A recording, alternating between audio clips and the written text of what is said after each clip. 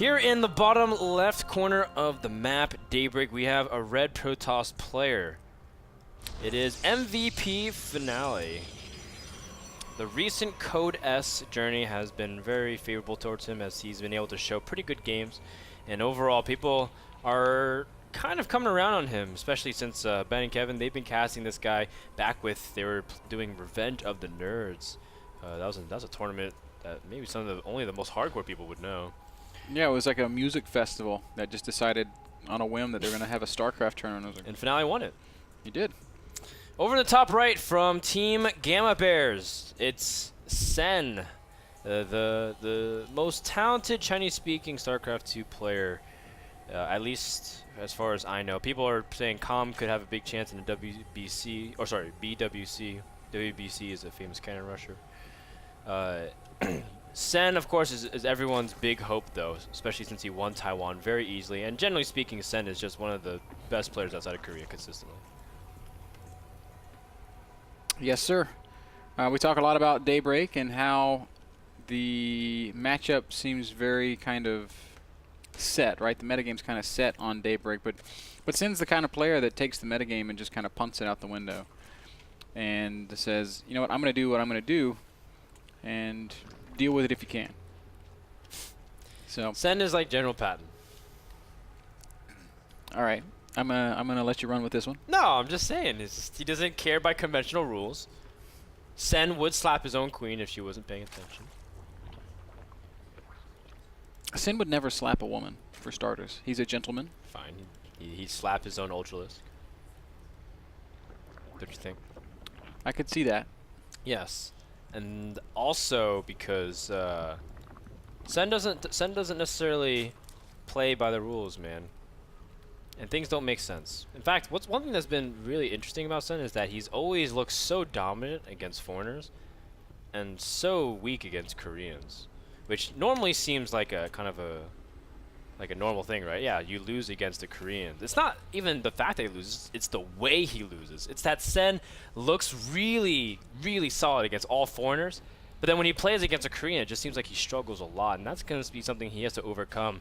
Now, he did manage to beat MMA, but that game was also kind of crazy because that game started off with like a 13-minute Marine tank push, and it ended with a 27-minute Marine tank push. Like, that game was just 15 minutes of non-stop action, and Sen likes it that way.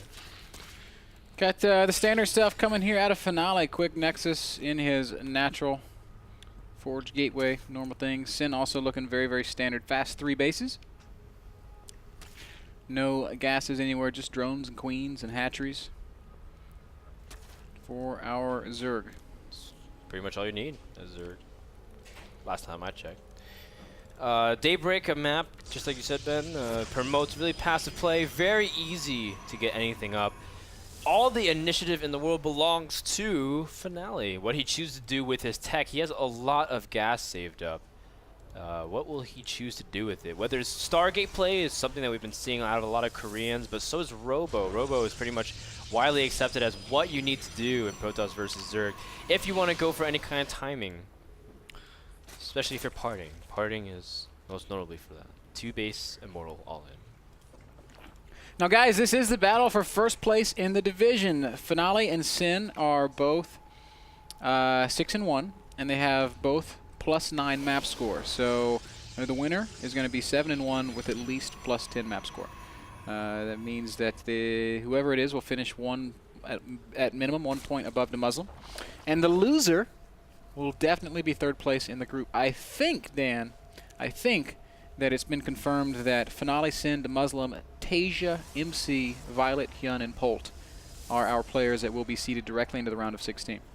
That's correct. Everybody else is going to be either fighting in the wild cards or returning later.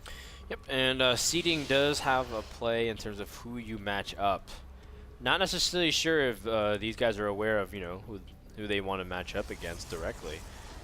But for the most part, it's very nice to see that these guys are just so competitive. It's really cool because Sen last season wasn't really much of a factor. Kind of like he did okay, and then he had a really cool wildcard match against Zenio, which was absolutely epic. But then from that point on, Sen didn't even make our finals, which was very sad. This season, though, Sen seems to have things turned around, and he is looking sharp. Now, Sen, guy that loves mutas, would love to see him try to make mutas work again. I remember the last time I saw mutas be really strong was when DRG was doing it to perfection on Daybreak, and then he would do things like muta dive the main, and then like run by with Zerglings, and then kill off the sentries, and then go mass baneling. Like that kind of stuff used to be super cool, I thought. Sin right now establishing his 4th hatchery, making a lot of Zerglings, as it's looking like Finale might be thinking Immortal push. He's got 2 Immortals out, 3rd Immortal spawning. And he just added 3 more gateways, so he's going to be on 6 gates. Yeah, he didn't even get an early observer, Ben, so I think you're right, he is going to go for a big push. Yep, 3 more gateways. Oh, 2 more gateways for a total of 8.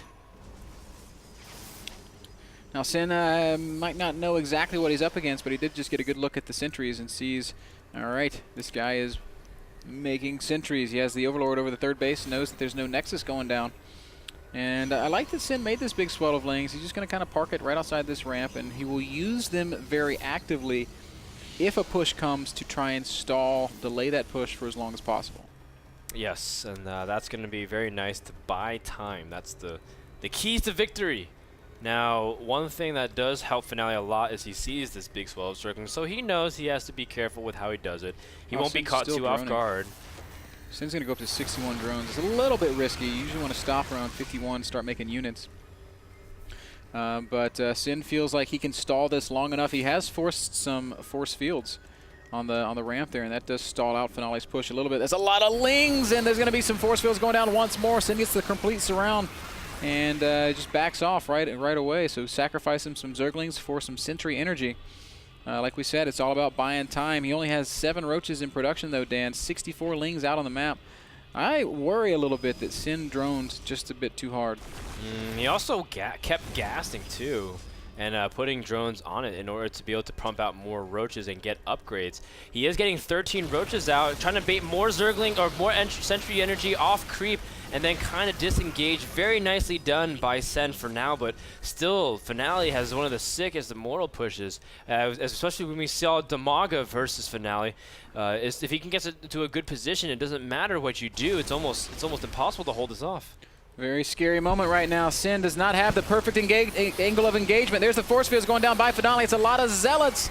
And they do have +1, making very short work of the Zerglings and shredding these roaches. Immortals completely untouched. This is a great angle of attack for Finale. The Spine Crawlers do add a lot of damage, but Sen doesn't really have an answer directly for the Immortals. Like you said, the roaches can't get to it. Sentry energy is pretty low, though. Finale running out of juice there, but I mean, once he's able to go for this giant push. Sen pulling all of his drones, though. He's very serious about ending this as soon as possible. Couple force fields pop. But for the most part, all the units are able to get into the fray. Even the drones getting the surround on the units. Sen desperate to end this now. Sen is going to kill a lot of Finale's stuff here. Oh, he's going to get the Warp Prism too? Melting away. Warp Prism's going to fall with a couple of Zealots inside of it. And that means that these Immortals are doomed. They have no exit path. And Sen somehow pulls all of his drones, but still manages to hold, dropping down to just 37 workers in doing so. But a defense is a defense, and the army supply of Finale has dropped drastically. Only 21 army supply against the 53 of Sin. Sin is obviously going to want to drone up right now. But at this point, he's held the hard part. He's gotten through the Immortal push. He should be able to delay a 3rd base almost indefinitely. And he has the freedom to tech up now. Instantly, we need to be seeing an Infestation Pit going down. That's the safest, smartest, and best answer. If he had gone Spire sooner, then a switch into Muta would also be a viable option, but I think going Spire now would take a little bit too long. Well, Finale looks like he's just going to stay on 2 base. I feel like we're going to have the repeat of the Maga Finale scenario where the 2 base push gets crushed, and so Finale kind of reboots, gets a Twilight Council, maybe incorporate some upgrades. +2 is on the way. Maybe even wants to get something like Stalkers. But another big surround by Sen. Finale moving out, maybe a little bit premature as a lot of the gas will be picked off. Sen able to whittle down the numbers, and the Immortal will get sniped immediately. Well played by Sen. Great exchange for Sen. He's going to continue pressing forward. Wants to get all the way into the natural. He's got eyes for that Immortal. I don't know if he's going to be able to get it, though. He's instead going to have to satisfy himself with a couple of probe kills, as Zealots and the lone remaining Immortal will give chase. Sin hasn't added any additional tech. That's the one thing that worries me a little bit, Dan. He's doing a really good job of continuing to be active, of catching Finale every time he tries to push out. But if we can remember from that Demaga game, and Demaga made the mistake of not adding tech. He just stayed on Roach Link. Now we see the Infestation pick going down for Sin. It is very important to have, and I think that it's the right choice. But is it too late? Has he waited too long? I mean, his economy has kind of regained itself. He's now back to almost 60 drones. I think it's true, Ben. He did wait a very long time in order to do this because he was putting on more pressure, and the immortal count isn't as high though. One thing that was like incredible from Finale was that he still had 5-6 immortals, and Demaga pretty much only had roaches to fend off against everything else. Sen able to spread creep a lot more aggressively, and Daybreak is that huge expansive map. How will Finale be able to get away with moving on to creep like this? It's going to be problematic. He also only has 3 sentries with very limited energy, excuse me, 4 sentries, but still with very limited energy.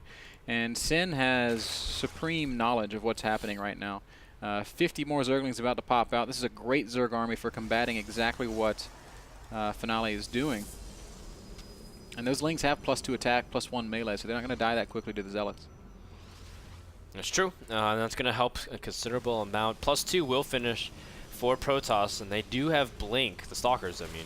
Oh wow, he's gonna set himself up for a huge flank. Sen trying to go in to trap the escape as well. Stalkers will be able to blink, but look at the engagement. Immortals are shooting every which direction, not even focusing on any of the Zerglings. Sen able to get a nice engagement, now crushing through. No more force fields. Roaches are coming in for the kill. Does Sen have enough to hold it off? The Immortals are dropping extremely quickly. The last burst is going to be enough. GG, and Sen holds off the 2 base Immortal all-in that looks so devastating from the beginning and gets a 1-0 lead. Great play there from Sin.